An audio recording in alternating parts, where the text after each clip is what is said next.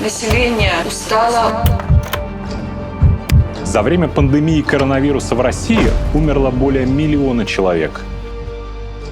Огромное количество из них умерли страшной смертью, не успев доехать до реанимации, не дождавшись скорую или в очереди на аппарат ИВЛ.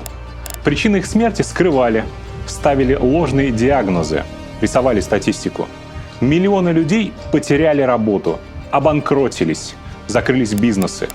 Каким-то семьям стало буквально не на что жить. От государства не поступило никакой значимой поддержки. За это кто-то несет ответственность, кто-то на этом заработал. Это один из тех случаев, которые редко, но бывают, когда самые конспирологические теории оказываются правдой.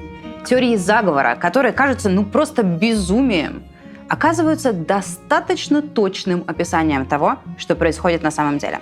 Коронавирус, вакцинация, спутник, лекарства и детские прививки – это то, на чем одна российская семья, семья чиновников, зарабатывает миллиарды рублей. Они построили идеальную систему, где глава семейства от лица государства решает, когда, чем и как нас лечить. А их дети зарабатывают на том, что продают эти лекарства государству. Безупречная коррупционная схема, гарантированное обогащение и идеальное преступление, которое годами прямо у нас под носом совершает наша сегодняшняя героиня.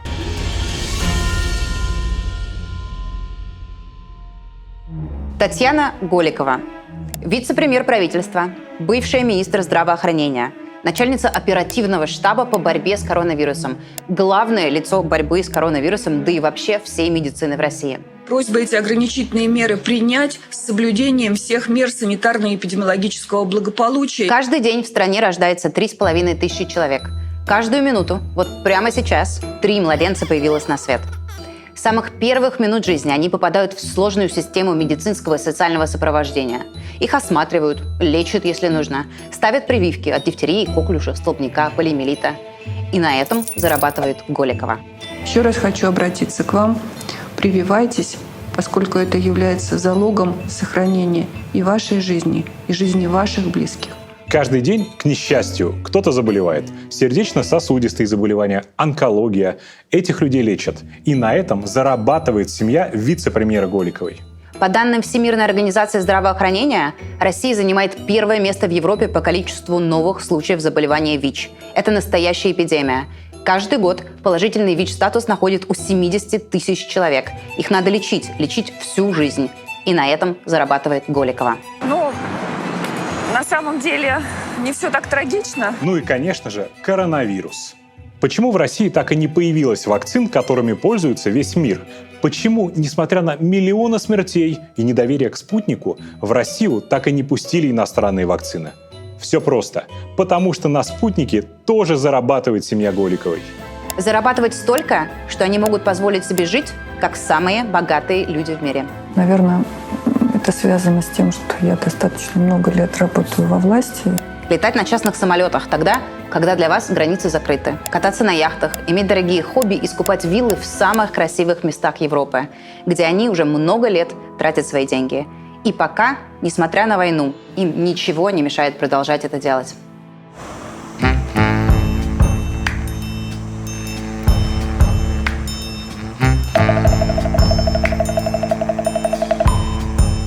У меня за спиной аэропорт Коста-дель-Соль в Малаге.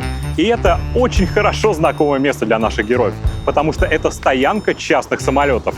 Именно сюда на протяжении многих лет прилетал личный самолет чиновницы Голиковой и ее семьи. Это Bombardier Challenger за $32 миллиона или около 2 миллиардов рублей. О том, что Голикова, чиновница, реально летает по миру на этом самолете, в 2020 году писали журналисты. Это реально несложно проверить. 28 августа 2018 года Татьяна Голикова прилетала в Омск. Там же был этот самолет.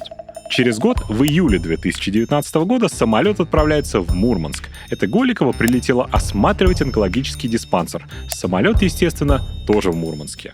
В октябре 2021 года в Санкт-Петербурге Голикова решала вопросы финансирования Ленфильма. Самолет тоже там был. Только в 2019 году семейный самолет Голиковой прилетал в Малагу минимум 9 раз, и 3 из них на борту была сама Голикова.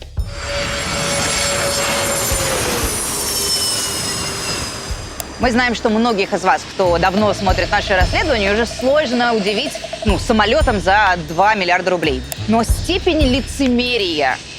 Голикова возглавляет штаб по борьбе с коронавирусом с самого первого дня. Она вводила запрет на международные перелеты. 26 февраля 2020 года она публично призывала россиян не ездить за рубеж без крайней необходимости. Еще раз хочу повторить. Без крайней необходимости не нужно ездить.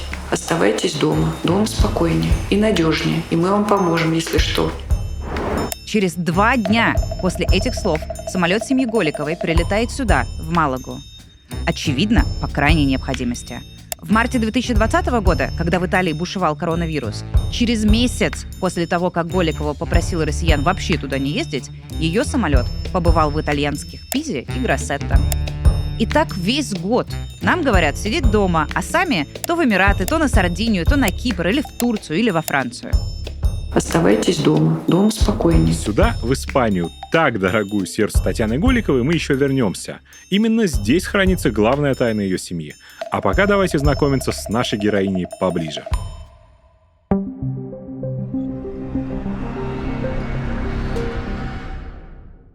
Больницы, реанимация, цены на лекарства, палаты пациентов и зарплаты врачей – это неприродные явления. За них кто-то отвечает. И этот человек – Татьяна Голикова. Высшее должностное лицо, ответственное за всю социальную политику. И медицину, и образование, и пенсии. Девочки из Новосибирска, у нее ДЦП, не делают операцию просто потому, что, внимание, на нее не хватило квоты. Другую 4-летнюю девочку может спасти только химиотерапия и трансплантация стволовых клеток. Ее лечащий врач в больнице в Москве говорит, что у них препарата нужного нет и ничего тут не поделать. Поэтому нужно собрать через благотворителей 790 тысяч и купить его за границей. Вы сами знаете тысячи таких случаев. Достаточно просто отправить СМС на короткий номер проекта Первого канала «Всем миром» 7375. И с детьми, и со взрослыми, и со стариками. С мира по нитке. Давайте соберем. Что это такое вообще? Мы богатейшая страна. Куда делись деньги на лечение этих людей? Вы знаете, это очень сложный вопрос. Куда делись деньги, на которые можно было бы сделать так, чтобы больницы не выглядели вот так вот? Или вот так? Голикова несет полную ответственность за это. Но вместо того, чтобы делать так, чтобы квот хватало всем, а по больничным палатам не бегали тараканы, она, как мать Тереза, заботливая покровительница, снимается в трогательных телевизионных сюжетах. Посещает школы, онкологические больницы, хосписы. Что мы вам дарим на Кроссовки хотели, да? Президент передал кроссовки. Спасибо, милый. Чтобы вас грело. Спасибо, милый. Ну что, нормуль? Жених. С пропиской, с паспортом теперь и с кроссовками. Там она общается с детьми, беспокоится о роженицах, обнимает стариков, дарит им подарки и всем своим видом выражает заботу. Очень здорово, что уже вес хороший, и цвет лица хороший. Голикова стала вице-премьером 4,5 года назад. До этого она работала министром здравоохранения, помощницей президента, главой счетной палаты и заместительницей министра финансов. В 1987 году, еще при советской власти, Голикова стала чиновницей и остается ей до сих пор 35 лет. Я могу еще что-то вам рассказать. Там просто всего было очень много. И масштаб ее сегодняшних полномочий мало кто может полностью осознать. Она одна из самых влиятельных чиновниц в стране. У нее самый большой портфель полномочий. Демографическая политика, здравоохранение, образование, миграционная политика. Она отвечает за всю социалку, страхование, соцвыплаты, пенсии. Она курирует и координирует работу Министерств здравоохранения, Министерства образования, Министерства труда, и еще Роспотребнадзор, Пенсионный фонд и много-много других ведомств. Ее работа — это буквально делать так, чтобы в нашей стране не было бедных, чтобы старики не рылись в помойках, чтобы сироты в 18 лет не оказывались на улице или в психдиспансере, а детям не надо было собирать на лечение СМС-ками, чтобы лекарства были доступны, чтобы они буквально были в аптеках, были в больницах. И эту работу она провалила. Среди самого необходимого ортезы последнего поколения. Но для многих семей цена неподъемна. Стоимость от нескольких десятков до нескольких сотен тысяч рублей. Вместо этого она минимум 10 последних лет строила идеальную систему личного обогащения. Давайте разбираться.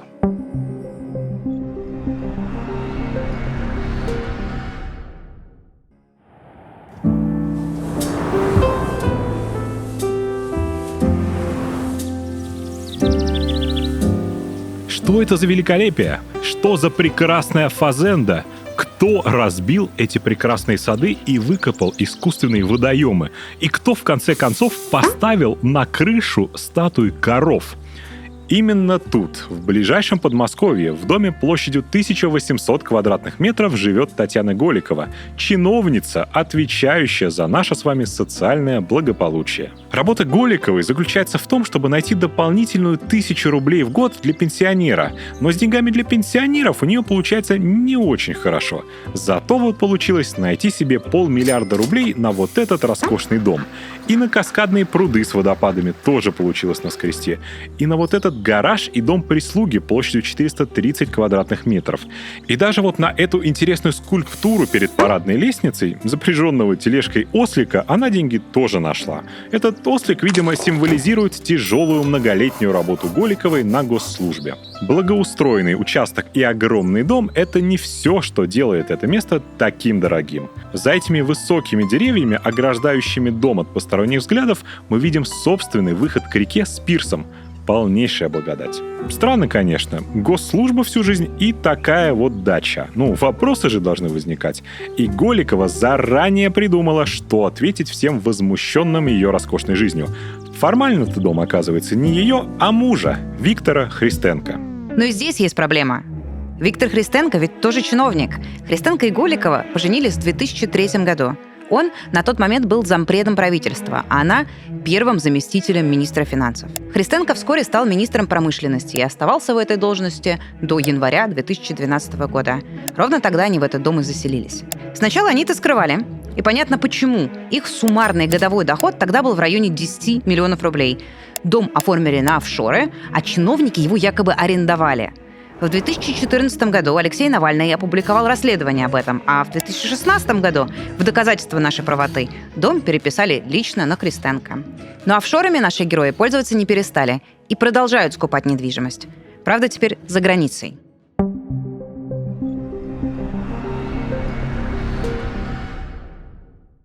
Общих детей у Голиковой и Христенко нет. Зато у Татьяны Алексеевны есть пасынок, сын Виктора Христенко от первого брака. Его зовут Владимир Христенко. И это наш главный герой сегодня. На него и направилась вся семейная любовь. В изобилии. Вот посмотрите, какое классное видео нам удалось найти. Оно снято в 2006 году, 16 лет назад. Владимиру Христенко исполнялось 25 лет. И это клип, музыкальный клип. Это такое видео поздравления с большой датой. Звука, к сожалению, не сохранилось. Нам остается только додумывать, что там такое происходит, но и видеоряда нам вполне хватит. Все начинается с того, что Христенко-младший задумчиво идет по саду в модных джинсах, садится на скамеечку и обнаруживает там книгу.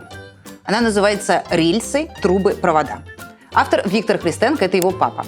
Он как будто удивляется, начинает ее листать, разглядывает картинки и внезапно проваливается в Древнюю Русь, берет кувалду и начинает ковать подкову. Ладно. Появляется женщина в каком-то красном кандибобере, корсете и рюшках и весело что-то поет на фоне природы. Это, вы не поверите, сама Голикова. Дальше продолжаются сцены сельской жизни. Крестьяне пилят бревно, строят дом, а Владимир Христенко им помогает. Голикова в это время продолжает задорно петь. Они косят сено, зерно какое-то убирают, пьют молоко. Дальше неожиданный поворот. Из бани навстречу Христенко-младшему выбегает толпа голых девушек. Голикова, на тот момент замминистра финансов, продолжает в это время петь. Дальше наш главный герой просыпается, расстраивается, что и голые девушки, и его мачеха в сарафане – все это сон, и расстроенно уходит домой. Что происходит вообще? Что это за видео? Вопросов очень много. Объясняю. В В клипе поздравлений снимаются сотрудники и начальники Челябинского трубопрокатного завода. Тогда, в 2006 году, младший Христенко там работал, пока его папа был министром промышленности и энергетики. Христенко-старший сам из Челябинска. Ему многократно приписывали долю в Челябинском трубопрокатном заводе. Писали, что он тайно им владеет. Но в любом случае, даже в качестве министра промышленности Христенко-старший часто и регулярно посещал именно этот трубопрокатный завод и даже привозил туда Путина. При выходе из кризиса у нас есть шанс выйти на новый технологический уровень. Премьер Путин, конечно, бывал на сотнях предприятиях, и его многим пытались удивить. На этот раз, видимо, получилось. Такой симпатичный молодой человек. Сынулю своего он туда пристроил после института и, естественно, сразу большим начальником, руководителем международных проектов. В 24 года, вот это карьерный рост, Христенко-младший стал гендиректором дочерней фирмы завода, выпускающей оборудование для трубопроводов. Через 2 года, в 26 лет, он возглавил компанию, которая владела нефтесервисными активами Челябинского трубопрокатного завода. Мы уже сейчас ощущаем, насколько активно наши школьники вовлекаются в рабочие профессии. Уже в 2008 году наш молодой управленец комментировал журналистам нефтегазовые сделки. Рассказывал, как приобретал на Таймыре буровую компанию. Согласитесь, впечатляет. Явно талантливый парень и так хорошо разбирается в металлургии. Иначе откуда такой сумасшедший карьерный рост? Все это стало возможным благодаря вам. Единственное «но» есть в этой истории. Как только его папа перестал быть министром промышленности, карьера Христенко-младшего в металлургии прекратилась. Все, одномоментно. Младший Христенко перестает интересоваться трубопрокатом, нефтянкой и металлургией вообще и попадает под крыло другого члена своей семьи, своей мачехи, на тот момент министра здравоохранения Голиковой.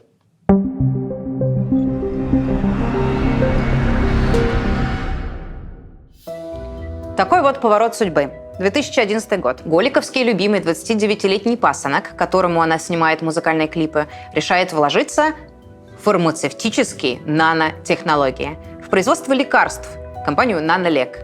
Где Челябинский трубопрокатный завод, а где лекарства? Но вот так вот уж получилось. Но это еще не все. Дальше появляется Чубайс. Роснано становится соинвестором Христенко по строительству завода в Кировской области. То есть туда буквально закачиваются государственные деньги под громкими лозунгами об импортозамещении и о том, что будут изобретены уникальные лекарства на основе самых продвинутых нанотехнологий. А сегодня здесь одно из самых высокотехнологичных предприятий в российской фармацевтике. Чубайс объявляет это чуть ли не проектом века. Они вместе с Христенко-младшим снимают сюжеты о том, как великолепен нанолек. Это, очевидно, высочайший технологический уровень мирового класса. А теперь главный ингредиент успеха. Вот представьте, вы реальный производитель лекарств или вакцин. Как устроен ваш бизнес? Вы инвестируете в запуск линии, где будет производиться то или иное лекарство. Вы тратите деньги, надеетесь, что лекарство будет востребовано и что его будут покупать. Может получиться, а может быть и нет. Но что если можно было бы гарантировать еще до каких-либо инвестиций, что спрос будет, что ваш товар точно будут покупать вне зависимости от условий, цены, конкурентов, рынка и прочего? В реальной некоррупционной ситуации такое абсолютно невозможно. А когда твоя мачеха вице-премьер, которому отчитывается Минздрав, да пожалуйста. Вот главный секрет бизнес-успеха Христенко-младшего. Это неказистая и не очень понятная Excel-табличка. Она, знаете, не выглядит как золотая жила, но именно этим она и является. Это национальный календарь прививок от Минздрава. Здесь расписано, когда всем от новорожденных до стариков нужно делать профилактические прививки. Туберкулез, гепатит, полиомиелит – все тут. И используя этот календарь, государственные больницы закупают вакцины. Посмотреть на наш календарь прививок, посмотреть на наши перспективные, скажем так, потребности календаря прививок. И если ты знаешь, что именно в этот календарь попадет, а он меняется достаточно регулярно, то вот он, клондайк. Твою вакцину будет гарантированно и в огромных количествах закупать государство и прививать ей 140 миллионов человек. Коррупция. На ваш взгляд, что надо делать для того, чтобы искоренить ее? Но искоренить ее, наверное, так просто и быстро не получится. Знаете, сложный вопрос. Схема работает безотказно. Вот, например, в июне этого года за 3 с лишним миллиона доз детской вакцины Пентаксим они получили почти 4 миллиарда рублей. А всего за последние 12 месяцев Нанолек выиграл тендеров на 12 миллиардов рублей. В феврале этого года Христенко-младший пообещал, что в течение 5 лет Нанолек станет крупнейшим производителем вакцин в России. Если вот на это посмотреть на все вместе, мы рассчитываем на то, что одни из лидерских позиций на этом рынке мы сможем и должны будем занять. Ну и еще классный поворот в этой истории, такой очень чубайсовский. В тот момент, когда Нанолек начинает зарабатывать миллиарды на поставках вакцин для календаря прививок, Роснано неожиданно продает свою долю там. Все, больше им не интересны нанотехнологии, чао. Роснано продает треть Нанолека другим акционерам, то есть семье Голиковой, за 2 с лишним миллиарда рублей, что, конечно, смешно, потому что рыночная стоимость примерно 8 миллиардов. И Роснано выходит из проекта. То есть Чубайс проносился несколько лет с этим Нанолек, потратил на него государственные деньги Роснано, потерял в 3 раза на продаже, и в результате у государства ни денег, ни нанотехнологий, а у пасынка Голиковой бизнес, который гарантированно приносит ему миллиарды. Чувствуется рука эффективного путинского управленца. Эти миллиарды взялись не из воздуха. Кстати, никаких нанотехнологий и уникальных медицинских открытий, которые обещал нам Нанолек, так и не случилось. Собственных вакцин и лекарств создано не было. Все, что делает Нанолек сейчас, это просто локализация, считай, переупаковка иностранных препаратов.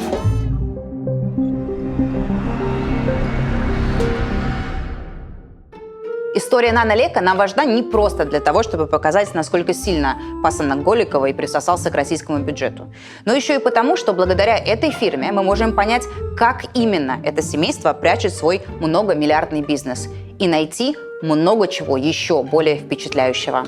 Смотрите, российский Нанолек записан на кипрскую компанию Nanoleq Holding Limited. Та, в свою очередь, принадлежит еще 2 кипрским компаниям. Дальше еще 3 владельца. Российская компания Gloria Invest, кипрская компания PH&RE Investments и закрытый паевой инвестиционный фонд «Индустриальные инвестиции». С кипрской компанией все просто. Она официально принадлежит Владимиру Христенко. А Gloria Invest записана еще на один закрытый паевой инвестиционный фонд «Менеджмент Актив». Обратите внимание на обилие таких фондов. Это главные кирпичики, из которых построила свою коррупционную империю Татьяна Голикова. Их суть в слове «закрытый». Владельцев в большинстве случаев узнать невозможно. Пайщики в российских реестрах не раскрываются. А вот уже на сам фонд можно записывать что хочешь. Квартиры, дворцы, яхты, самолеты. Но в случае с Голиковой нам удалось вскрыть всю эту хитрую схему. Паевой фонд «Индустриальные инвестиции» принадлежит все той же кипрской компании Владимира Христенко. Она сама это раскрыла в своих отчетах. И паевой фонд «Менеджмент Актив» тоже им принадлежит. Такая сложная схема, а замыкается все равно на одну и ту же семью. Прятать свое тайное имущество в закрытых паевых фондах – идея, конечно, классная, но не совсем. Дело в том, что хоть российский паевой фонд и может скрывать своих собственников, но по закону нужно отчитываться о том, чем сам фонд владеет, публиковать в интернете все имущество фонда и финансовую оценку. Вот как это выглядит. Открываем страницу компании, кликаем на любую ссылку, видим имущество фонда и его стоимость. Вот, например, фонд «Индустриальные инвестиции» владеет акциями кипрской компании «Эпид Биомед» и оценивает их в 5,6 миллиарда рублей. И ровно в таком отчете одного из христенковских фондов мы и обнаружили, наверное, самую сенсационную находку. То, что подозревали многие. У семьи Голиковой есть доля в компании, которая является крупнейшим производителем вакцины «Спутник Ви». Торжествуйте, конспирологи!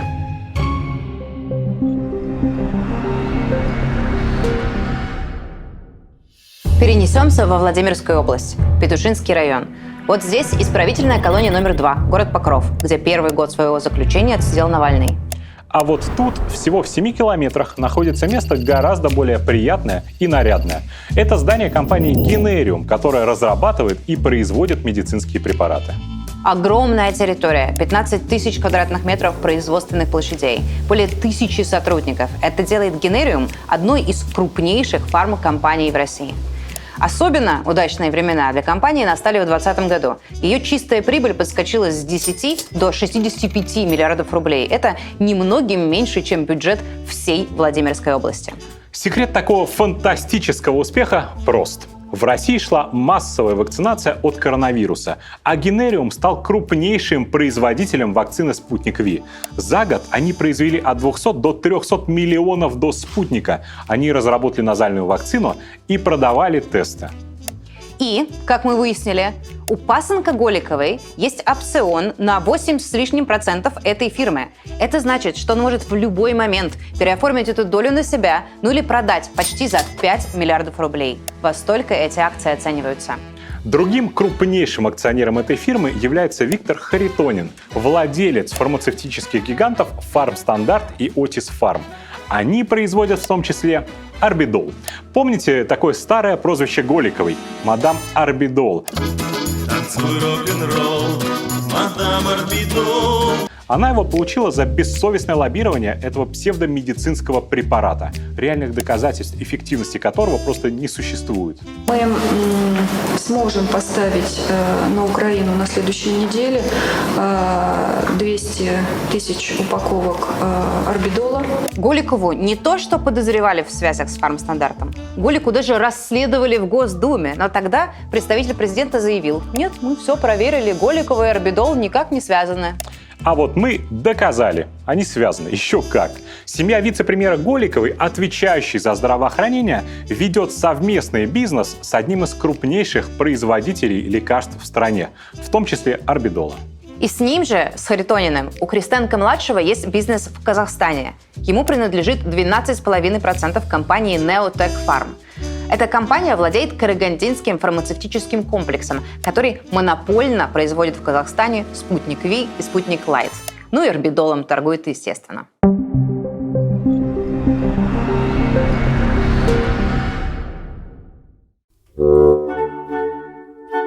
Бизнес, бизнес, бизнес. Все эти бесконечные офшоры, паевые фонды, заводы и фармкомпании. Все это жутко скучно. И я уверена, что Голикова и Христенко на самом деле это не сильно интересно. Это про деньги, не про удовольствие, не про настоящую любовь и дело жизни. Февраль 2012 года. Виктор Христенко тогда только что оставил пост министра промышленности и торговли Российской Федерации. Я думаю, вы сами прекрасно понимаете, что он тогда чувствовал. Вот приходит человек домой в некой такой растерянности, опустошении. Он не знает, что ему делать дальше, ведь даже на работу завтра идти не надо. И об этом сам Христенко рассказывает в интервью. Он находит себе хобби. С февраля по май он запирается в специальной черной комнате. Это симулятор игры в гольф вместе с тренером. И занимается. Он так увлекается игрой, что в мае он уже на настоящем поле. Ну почему гольф, правда?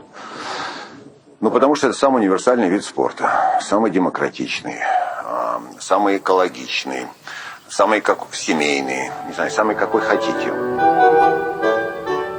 Это интервью было записано в 2016 году. То есть с тренировок в черной комнате прошло 4 года. И к этому моменту уже можно найти упоминание Христенко в СМИ как победителя турнира «Большой шпиндель» 2014. А всего через год, уже в 2015 году, Христенко становится председателем Ассоциации гольфа России. То есть фактически главным гольфистом России, человеком, отвечающим за весь этот спорт в России. И уже стало понятно, что хобби-то заходит слишком далеко, потому что в 2016 году они начинают строительство собственного гольф-поля на дачном участке. То есть буквально они перекопали свой огород и воткнули там поле для гольфа.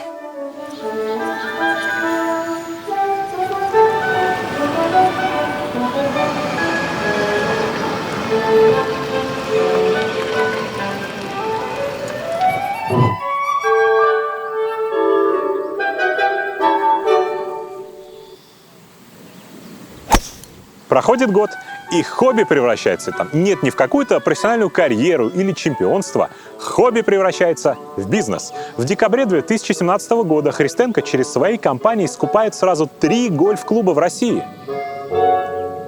Первый и самый роскошный гольф-клуб площадью 78 гектаров называется «Пестово», и находится он прямо за забором их подмосковной дачи.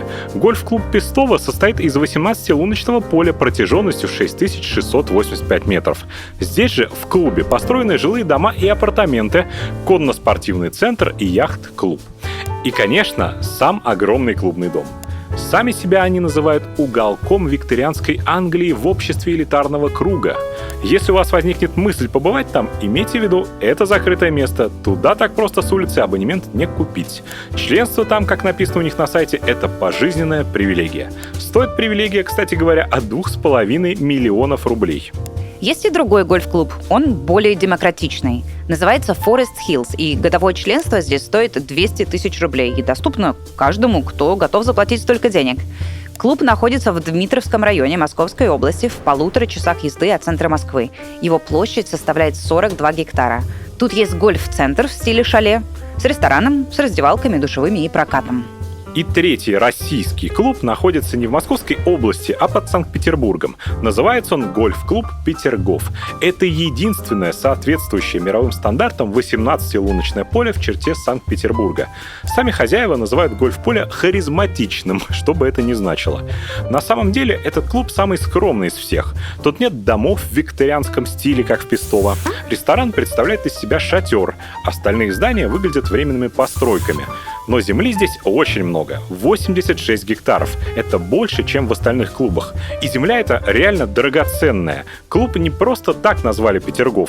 От него до Петерговского дворца всего 4,5 километра. И столько же до путинской резиденции Константиновский дворец. И у нас очередное чудо. С 2009 года по 2017, это то, когда были куплены гольф-поля, Виктор Христенко заработал 164 миллиона рублей. Мы знаем это абсолютно точно из декларации его жены. Это огромные деньги. 18 миллионов рублей в год.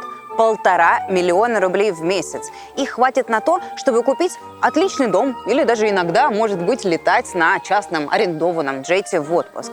Но этих денег даже приблизительно не хватит на покупку 3 гольф-клубов, стоимость которых можно оценить в 7 миллиардов рублей.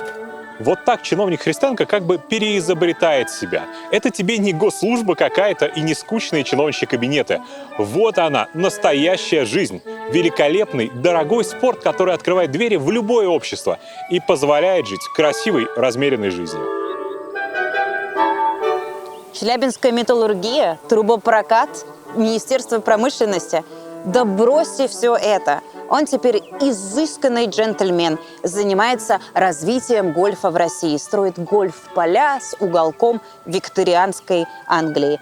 Давайте говорить про гандикап и качество газона около 16-й лунки, а не про то, что 2 чиновника на госслужбе наворовали миллиарды. Очень удобно на самом деле.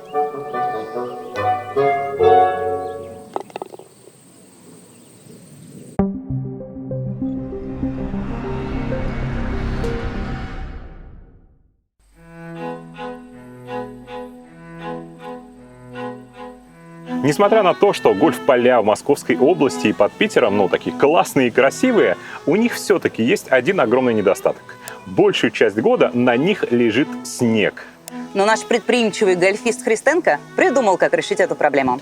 Решение, на самом деле, нетривиальное, но вполне в духе путинской чиновничьей элиты. Христенко построил себе гольф-клуб там, где солнце светит почти каждый день. 320 дней в году. Достаточно необычное хобби для семьи чиновницы, которая занимается социальными вопросами. Для чиновницы буквально работа, которая заключается в том, чтобы в России не было бедных, чтобы старики жили нормально, чтобы там сирот не выбрасывали на улицу, когда им исполняется 18, чтобы лечили людей в нормальных больницах. И вот из всех возможных хобби она могла выбрать шашки, вязание. Она могла вышивать крестиком, но нет, семья Голиковой увлекается одним из самых дорогих видов спорта. И не просто увлекается, так еще и владеет гольф-полями в Испании. Это самый юг Испании, побережье Средиземного моря. Грандиозное гольф-поле перед нами – это собственность семьи Татьяны Голиковой. Это все часть гольф-клуба Сан-Роке. 500 тысяч квадратных метров земли, 2 поля по 18 лунок. Клуб открылся в 1991 году и с тех пор завоевал репутацию одного из лучших гольф-полей Испании. Семья Христенко купила этот гольф-клуб в 2017 году, а в самый разгар эпидемии коронавируса в 2020 Виктор Христенко затеял здесь грандиозную реконструкцию. Старое поле полностью перекопали, высушили водоемы, сделали новый идеальный газон, и все это вновь открыли в июне 2021 года. Кроме самих полей, клуб включает в себя ресторан, магазины и, конечно же, огромный клубный дом. Вот он прямо перед нами. Туда мы с вами еще попадем. Здесь же, слева от клубного дома, находится и впечатляющая трехэтажная вилла площадью примерно 1200 квадратных метров. Она досталась Христенко вместе с гольф-клубом просто в довесок. Эта вилла для российских чиновников оказалась недостаточно роскошной, и сейчас она просто простаивает без дела.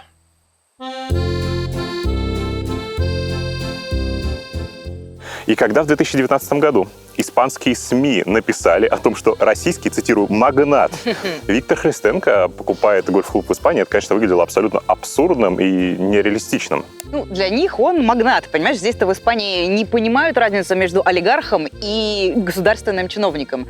Видимо, Христенко не объяснил им, что на самом деле большую часть своей жизни он провел на госслужбе, а каким образом у него материализовались десятки миллионов долларов на гольф-клуб, У него нет денег просто на дом здесь, а он купил гигантский гольф-клуб, один из самых дорогих гольф-клубов в мире.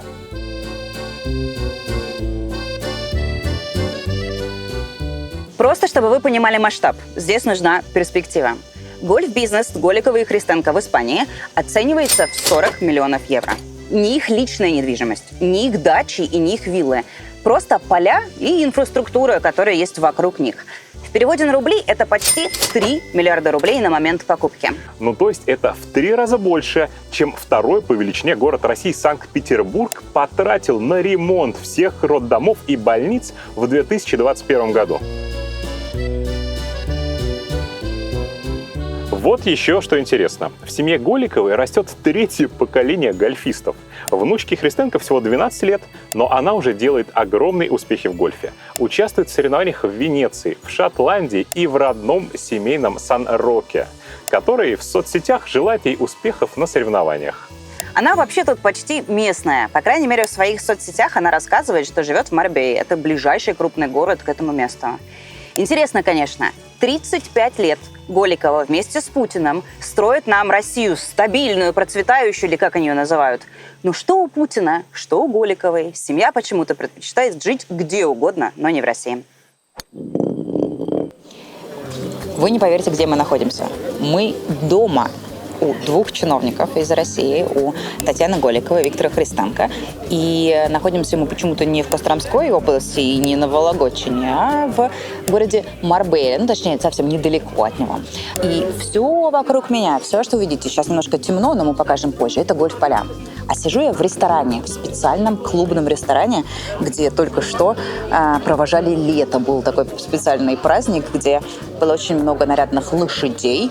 Девушки танцевали фламенко, было какое-то фэшн-шоу, и выступали классические музыканты. В общем, если ваша вечеринка не выглядит так, не надо нас приглашать.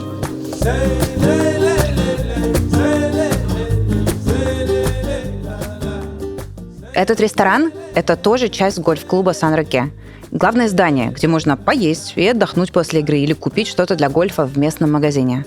Весь этот комплекс принадлежит семье Христенко. И точно так же через испанскую и российскую компании он записан на закрытый паевой фонд. А управляется он той же самой компанией, что управляет гольф-полями Христенко в России. Гольф-клуб сейчас расширяется. Тут строят 5 новеньких вилл. Готова, правда, пока что только 1. Прямо этот дом можно будет арендовать уже в апреле следующего года. Мы слегка рановато приехали, так что придется вернуться. В каждой вилле будет по 5 спален, бассейн, тренажерный зал, а с верхнего балкона будет видно море.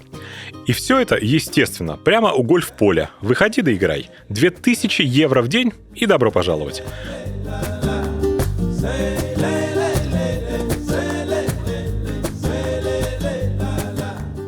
Но, несмотря на то, что виллы шикарные, они недостаточно шикарные для наших сегодняшних героев. Эти виллы останутся клиентам гольф-клуба, а вот сами Голикова и Христенко уже построили себе еще более впечатляющую дачу в другом месте.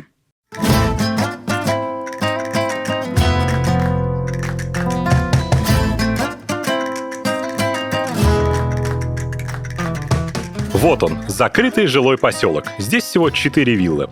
3 из них заметно поскромнее, ну а самая большая, под названием «Инфинита», это и есть новое испанское гнездышко Голиковой и Христенко. Мы, честно говоря, давно так не впечатлялись недвижимостью российских коррупционеров. Это надо признать. Вилла абсолютно уникальна своей архитектурой. Она построена на склоне в форме круга. Здесь почти нет стен, только огромные окна во все стороны. Посередине огромный сад с пальмами и фонтанами, а опоясывает его огромный дом, 2500 квадратных метров. Там 6 спален, 10 санузлов, закрытый бассейн, спортзал, собственный спа-комплекс и еще почти 900 метров балконов и террас с садами. Участок тоже впечатляет. Здесь целый гектар благоустроенной земли. Есть 2 бассейна, беседка, отдельный гостевой дом. Ну и, конечно же, зачем Голиковой и Христенко вилла, если на ней нельзя играть в гольф? Вот тут есть поле для мини-гольфа. Стоит такая красота 18 миллионов евро. Это больше миллиарда рублей. Ну и самое прекрасное. Эту виллу в собственность семья Христенко оформила в середине февраля 2020 года. Да-да, именно тогда, когда Голикова просила россиян никуда не ездить без крайней необходимости, они отправились сюда оформлять документы. Ведь дома спокойнее, особенно если он в Испании. Дом спокойнее и надежнее, и мы вам поможем, если что.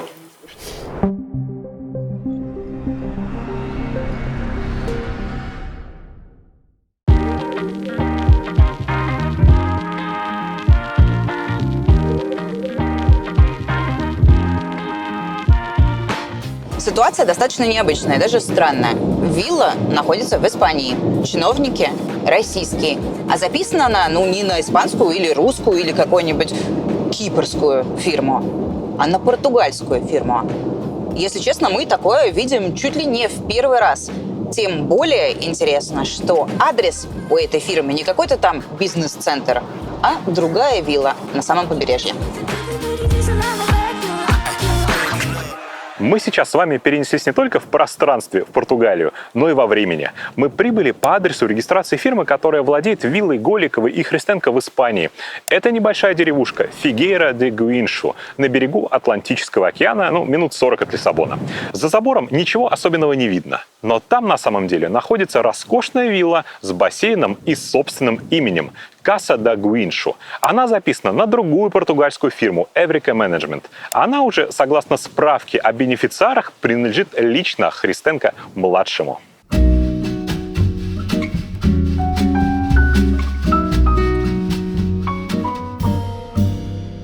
Друзья, мы над самой западной частью Европы. Здесь заканчивается континент и начинается Атлантический океан.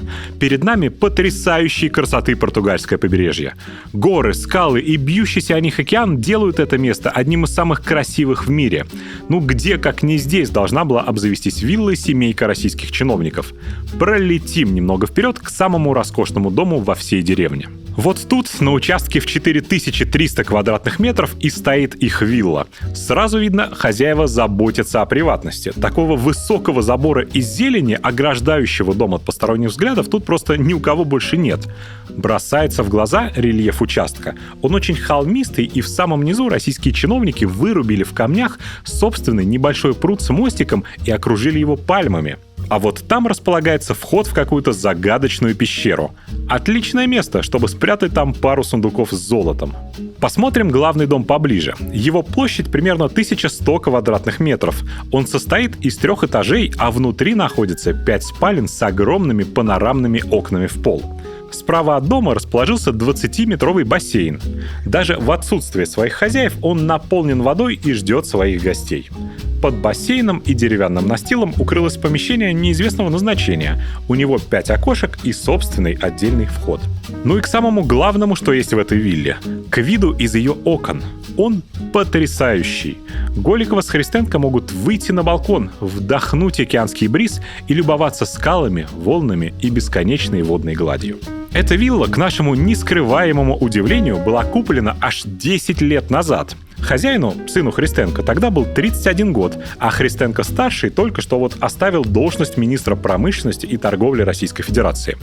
Его супруга Татьяна Голикова тогда была в должности помощницы президента, и у них нашлось минимум 1,2 миллиона евро, это балансовая стоимость, на покупку этой дачи в Португалии.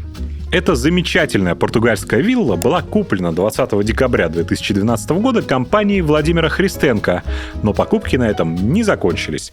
В тот же день другая компания Христенко купила еще одну виллу, более дорогую, в 8 километрах от этой.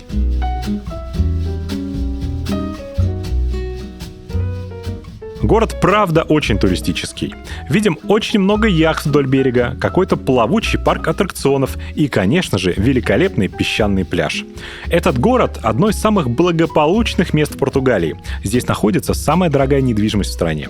Все здесь заполнено ресторанами, барами и историческими зданиями. И вот там, впереди, всего в 250 метрах от пляжа, мы нашли вторую португальскую виллу семьи Татьяны Голиковой.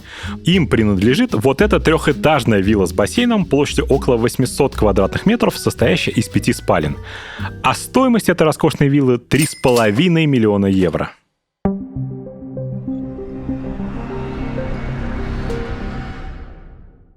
Знаете, куда еще семья Голикова и Христенко тратят миллиарды, заработанные на детских прививках и лекарствах от ВИЧ? Но вот когда у тебя уже есть все, и виллы в 2 странах, и гольф-поля, и самолеты, и дачи, куда еще можно пристроить деньги? Может быть, отправить очень много смс-ок и спасти какого-то ребенка? Или еще на какую-то благотворительность? Может быть, они построили что-то для поддержки социально незащищенных людей? Детский дом, например, или пансионат, или дом престарелых? Нет. Они действуют по проверенной десятилетиями путинской формуле. Зарабатывай в России, а трать за границей. Ну, понимаете, о чем речь.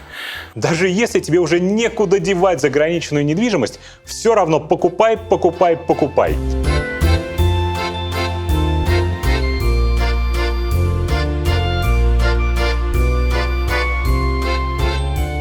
Мы на Лазурном берегу Франции, в Сен-Жен-Кап-Ферра, недалеко от Ниццы. В 2019 году кипрская компания Владимира Христенко инвестировала 51 миллион евро или почти 4 миллиарда рублей в реконструкцию 5-звездочного отеля «Лаволь Доо» и виллы «Аве Мария», которая стоит рядом с ним. В документах о реконструкции можно узнать о том, что планируется построить на месте отеля. Отель 1925 года постройки, и прилагающуюся к нему виллу планируется полностью снести и построить все заново. Только гораздо больше и роскошнее.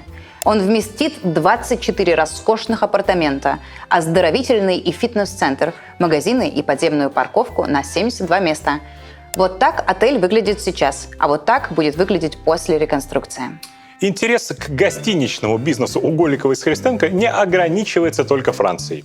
Недавно они обзавелись гостиницей в самом центре Москвы. В апреле 2022 года на аукцион было выставлено здание 4-звездочной гостиницы «Марко Поло» на Спиридоневском переулке, это на Патриарших прудах в Москве. Площадь гостиницы 6000 квадратных метров. При этом продавали не голые стены, а на торги было выставлено буквально все под ключ. Бытовая техника, текстиль, посуда, элементы декора интерьера, мебель, спортивное оборудование – все было включено в стоимость объекта. Победителем аукциона стала компания Management Invest с суммой 2,7 миллиарда рублей. Эта фирма принадлежит фонду Христенко Management Active, тому самому, который владеет долей в Нанолике. А управляет этой фирмой сотрудница личной компании Виктора Христенко Golf Estate. Ну что ж, поздравим наших госуправленцев с приобретением готового гостиничного бизнеса. Но на этом их коммерческая недвижимость не заканчивается. Полистаем еще список активов христенковских фондов. Вот интересное. Фонду принадлежит ООО «Столешники», и оценочная стоимость этого актива почти 2 миллиарда рублей.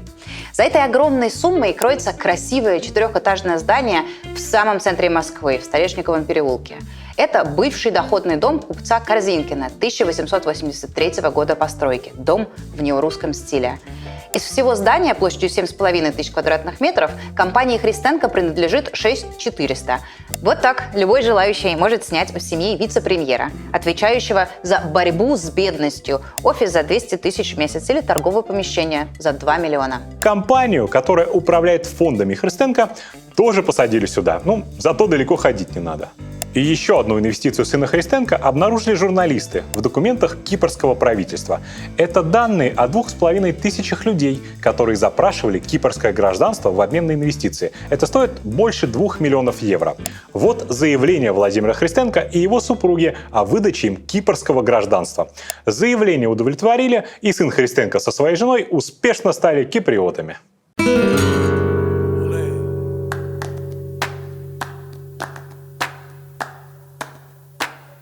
23 года назад, в 1999 году, Владимир Путин, тогда еще премьер-министр, опубликовал программную статью. Она называлась «Россия на рубеже тысячелетий». Статья о том, с какими планами Путин заступает первый раз на должность президента, какой станет Россия под его управлением. В тексте было сказано, что российская экономика будет развиваться так хорошо, такими темпами, что уже через 15 лет, то есть к 2015 году, Россия перегонит Португалию по ВВП на душу населения. Там же, видимо, в первый раз публично Путин произносит знаменитую фразу «Сроки на раскачку в стране не отпущены». Сколько раз мы ее слышали потом. Португалию мы так и не догнали. Ни к 2015 году, ни к 2022. ВВП на душу населения по-прежнему в 2 раза ниже. И вместо того, чтобы развивать экономику, заниматься наукой, предпринимательством, догонять Португалию, наши молодые соотечественники погибают сейчас на бессмысленной преступной войне, которую Путин начал. Чтобы посчитать все, что нажила за свою жизнь семья из 2 чиновников, Татьяны Голиковой и Виктора Христенко, нужно сильно постараться. Самолет, гольф-клуб в Испании, 3 гольф-клуба в России, виллы в Испании и Португалии, недвижимость на Лазурном берегу и в России, инвестиции, доли в фармацевтических компаниях, даже экзотические штуки вроде покупки их паевым фондом депозитарных расписок мы тоже посчитали. Просто из любопытства, интересно же узнать, сколько наворовали за свою жизнь Татьяна Голикова с мужем. И у нас получилось 50 миллиардов рублей. И это, скорее всего, нижняя планка. Это только то, что нам удалось найти, доказать и посчитать. А реальная цифра, она гораздо больше. И стоя здесь, на португальском побережье, ты прямо очень отчетливо понимаешь, почему пенсия в Португалии, на берегу океана, это что-то похожее на общеевропейскую мечту. Здесь прекрасный климат, вкусная еда, относительно недорогая жизнь. Очень спокойно и очень красиво. Действительно, какая-то идиллия прямо. Тем больнее и обиднее становится от того, что Голикова, человек, работа которого заботится о наших пенсионерах, заботится на самом деле не о них, а о себе. И это у нее, а не у тех, за кого она отвечает, есть возможность приезжать сюда и жить то на одной вилле за 200 миллионов рублей, или на другой вилле, или, может быть, приезжать в соседнюю Испанию и жить там на вилле за 1 миллиард рублей. Именно Голиковой, а не кем-то другим. Наша социальная политика построена таким образом, что старшее поколение думает о том, как одновременно заплатить коммуналку и не умереть от голода, а не о том, как жить достойно. Давайте прямо вместе сделаем важную вещь. Мы насчитали активов у семьи Голиковой на 50 миллиардов рублей. Никто из вас даже не может представить, что такое 50 миллиардов. Но давайте просто проделаем вот такое упражнение. Вот, например, новорожденный мальчик. У него порок сердца. Ему нужно 500 тысяч рублей на операцию, чтобы выжить. Состояние Голиковой хватило бы на 10 тысяч таких операций. Или вы наверняка слышали про спинально-мышечную атрофию. Это редкое заболевание, которое в России почти не лечат. Чтобы остановить болезнь, нужен укол за 120 миллионов рублей. Огромные деньги. Их детям собирают всей страной. Каждый год в России рождается 200 таких детей. Половины денег Голиковой хватит, чтобы вылечить всех их. Ее денег хватило бы, чтобы построить 10 огромных больниц на 500 коек, или 50 новых поликлиник, или 50 новых роддомов. Личное состояние Татьяны Голиковой – это больше, чем все расходы Свердловской области на здравоохранение. Это 5 годовых бюджетов на медицину всей Калужской области.